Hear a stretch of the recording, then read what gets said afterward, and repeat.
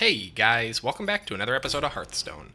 Today is our first episode in the Knights of the Frozen Throne Standard series. That's right, we are going to be going through and checking out all different decks throughout the expansion, but for now, since I really haven't familiarized myself with the new cards fully yet, we're going to be just trying out a pretty successful deck that's pretty popular in the meta right now. This is the slower mid-range Hunter deck for the Knights of the Frozen Throne expansion, and it features a couple of key cards, most importantly the Death Knight version of Rexxar.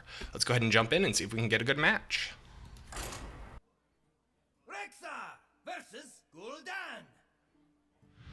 Okay, we're going to be playing against the incredibly popular right now Control Warlock, it looks like, which should be interesting. Actually, I did make one modification from the popular version of this. I cut... I can't remember what I cut, but I cut something for... I think I cut my Galaka Crawler, because I haven't seen like any pirates at all yesterday, for Vicious Fledgling, but I don't know that I'm actually going to keep it that way. I may switch it back. Vicious Fledgling has turned out to be a little bit too slow to be super useful, so we'll have to see.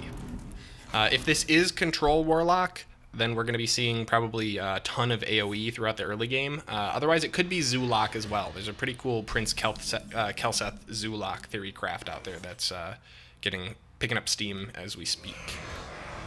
Come on. I think Poisonous? I don't know. Those were not great options. That's okay, though. Next turn, we'll probably Eagle Horn, or actually we'll Eagle Horn if he plays a minion that we want to bop. Oh, that's annoying. Yeah, it is going to be a control lock, it looks like. That's okay. We'll recover well enough. We have some bigger minions. Now, it's worth noting that Control Lock is actually full of single target spells as well as AoE. It's mostly AoE, but they do have a pair of Shadow Bolts, I believe, as well as some, is it called Drain Life? No, I think the old one is Drain Life, but they have the new version of Drain Life as well, I believe. Drain Soul, yes, that's the one. Fortunately, it looks like he cannot actually kill it this turn, which is nice, I guess. I think we'll just do a Houndmaster on him and hit him for 4. And then hopefully he won't have an easy way to ping it for 4. And even if he does, we've got some decent early damage. We do have to be careful, though, because if this is Control Lock, we're probably going to be seeing a fair amount of healing. I mean, it does seem like Control Lock. Maybe it's a different flavor, though, than what I've been running into for the last 24 hours. That'd be kind of cool.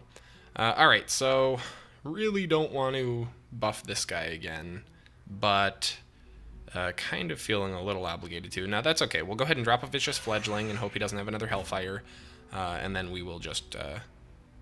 we'll Kindly Grandmother. Yeah, that's not going to give him a 1-2-3 ramp.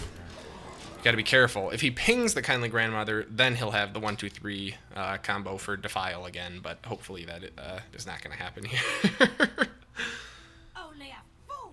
Oh, he doesn't need it. But we are going to see another Defile.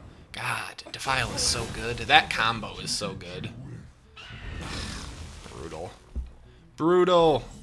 Well, hopefully we can pull Deathstalker Rexxar pretty soon here, because we are actually running out of cards to play, which is a bit of a bummer.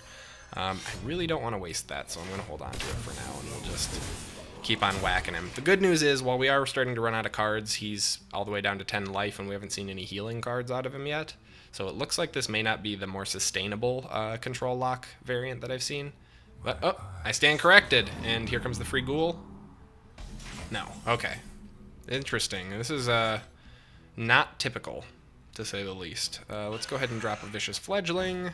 We'll evolve it with, yeah, I guess we'll, or sorry, excuse me, adapt it with Crackling Razor Maw. I'm going to give it some bonus health, and we'll bop him.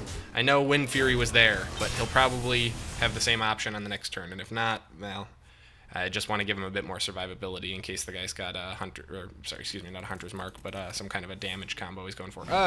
Wouldn't have mattered anyways. Save and Soul. So he does have healing, he was just wisely holding it for later in the game. That's okay, we've got good sustain in this deck, even if it is a bit of a shame that we haven't pulled our Deathstalker yet. Bonemare is, God, it might be my favorite new card in the expansion outside of Deathstalker Rexxar, because, seriously, the value is so good. That 4/4 and Taunt and splitting it between 2 minions makes control decks really struggle to be able to keep up with you. And if he can't kill both of these next turn, then we can Bonemare, and we win. We can Bonemare the Bonemare. Oh, wow, look at you. You're really confident you're going to take out both, huh? Nope. Haha, so there you go. Awesome. The Midrange Hunter is doing well in the new expansion. Definitely enjoying the change of pace since I did not play a ton of Hunter in the last one. But yeah, if you guys enjoyed this episode, please be sure to like, subscribe, and leave a comment below so that I know. As always, thank you so much for watching, and I will see you next time.